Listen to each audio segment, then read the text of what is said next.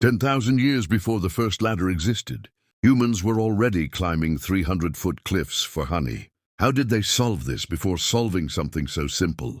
This story starts with the world's largest bee. Its name is Apis laboriosa, the giant Himalayan honeybee. Almost twice the size of the honeybee, you know. These bees don't nest in trees or hollow logs. They build massive combs hanging from bare cliff faces. Nothing separates the honey from a sheer drop.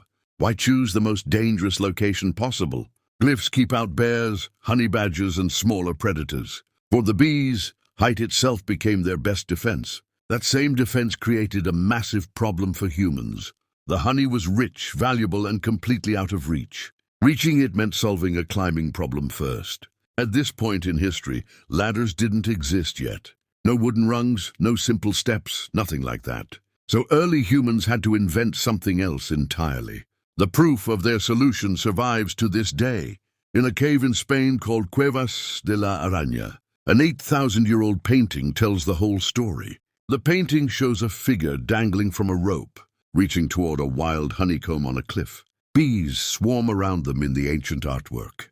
This image predates writing by thousands of years. It even predates the invention of the wheel. Rope climbing came before nearly everything we consider basic. So what exactly did early humans use instead of ladders? The answer is rope, braided from plant fiber, a technology far older than most people realize. This wasn't simple string or a single strand. It was engineered rope, twisted for strength and length, strong enough to hold a full-grown human's weight. Some cultures built something even more advanced. Rope ladders made from bamboo and woven vine, a flexible structure that could hang from any cliff edge. Rope alone couldn't solve the entire problem, though. Giant bees don't tolerate intruders near their nest. A second tool became just as essential as rope. That second tool was fire turned into smoke. Smoke became the honey hunter's most trusted weapon. Without it, this entire practice would be impossible. Why does smoke actually calm an angry swarm? It disrupts the alarm pheromones bees use to communicate. Confused bees can't organize an effective defense. This means fire itself was a hidden requirement. Without controlled fire, honey hunting couldn't exist at all. One invention quietly enabled an entirely different one. With rope and smoke ready, the real climb began. Hunters scaled cliffs nearly 300 feet high, every foothold chosen with total unforgiving precision. There were no harnesses, no helmets, no safety net. A single mistake meant a fall with no second chance. This was one of the most dangerous jobs in history. So why risk death for something as simple as honey? Because honey wasn't simple to early human societies. It was one of the richest foods they could find. Honey is dense in calories and rare in nature. Few other foods offered that much energy so quickly. For early humans, that made it worth the risk. Some early cultures treated honey as nearly sacred. It appeared in rituals, medicine, and important ceremonies. It wasn't just food, it was deeply valued knowledge. This tradition never fully disappeared even today. The Gurung and Kulung people of Nepal still practice it, using techniques passed down since ancient times. Modern honey hunters still use handmade rope ladders, the same basic method as their ancestors thousands of years ago. A living link straight back to the Stone Age. Giant bee stings are far more painful than normal ones. Their size means a much larger dose of venom. Multiple stings without experience could genuinely be fatal. Even today, protective gear stays surprisingly minimal. Experience matters more than modern equipment for these hunters. Skill, not armor, is the real protection they rely on. This knowledge was never written down in books. It passed directly from father to son, generation to generation. Oral tradition preserved a skill older than most languages. Before every climb, many cultures performed a ritual. Chants and small offerings asked the bees for permission. The hunt was treated as a sacred negotiation, not a raid. Once at the nest, the real technical work began. A woven basket was lowered down on a separate rope. Every motion had to be slow, careful, and deliberate. The honeycomb had to be cut free by hand, then placed carefully into the basket mid-air. One wrong movement could send everything crashing down. This was never a job for just one person. Climbers worked with a coordinated team on the ground. Honey hunting was a group survival technology, not a solo act. The ground crew controlled rope tension precisely. They also kept the smoke steady and constant. Their coordination mattered just as much as the climber's skill. This kind of cooperation was itself a form of technology. Trust, timing, and communication kept everyone alive. Long before tools, teamwork was already advanced engineering. So when exactly did the true wooden ladder appear? Much later than most people assume. It required an entirely different set of tools first. Wooden rung ladders needed precise cutting and shaping. That meant sharper tools and more advanced woodworking. Skills that took much longer for humans to develop. Ladders also needed stable settlements to be practical. Fixed structures, buildings, and permanent walls to lean against. Early honey hunters had none of that yet. Glyphs offered no flat surface for a ladder to rest on. Rope was actually the smarter solution for that environment. Sometimes the simple tool isn't the practical one. This flips a common assumption about human invention. We imagine tools evolving from simple to complex in order. Reality moved in a very different direction entirely. Necessity shaped these inventions, not convenience. Complex solutions appeared exactly when survival demanded them. Simple tools came later once life allowed for it. Honey hunting proves sophistication can predate simplicity. A genuinely advanced skill existed before a basic tool. That single fact rewrites the timeline we assume about progress. Now think about what was actually inside these nests. Giant bee colonies could hold enormous stores of honey, enough to matter for an entire group of people. A single successful climb could feed a group for weeks. That scale of reward made the mortal risk worthwhile. Every dangerous climb was a calculated survival decision.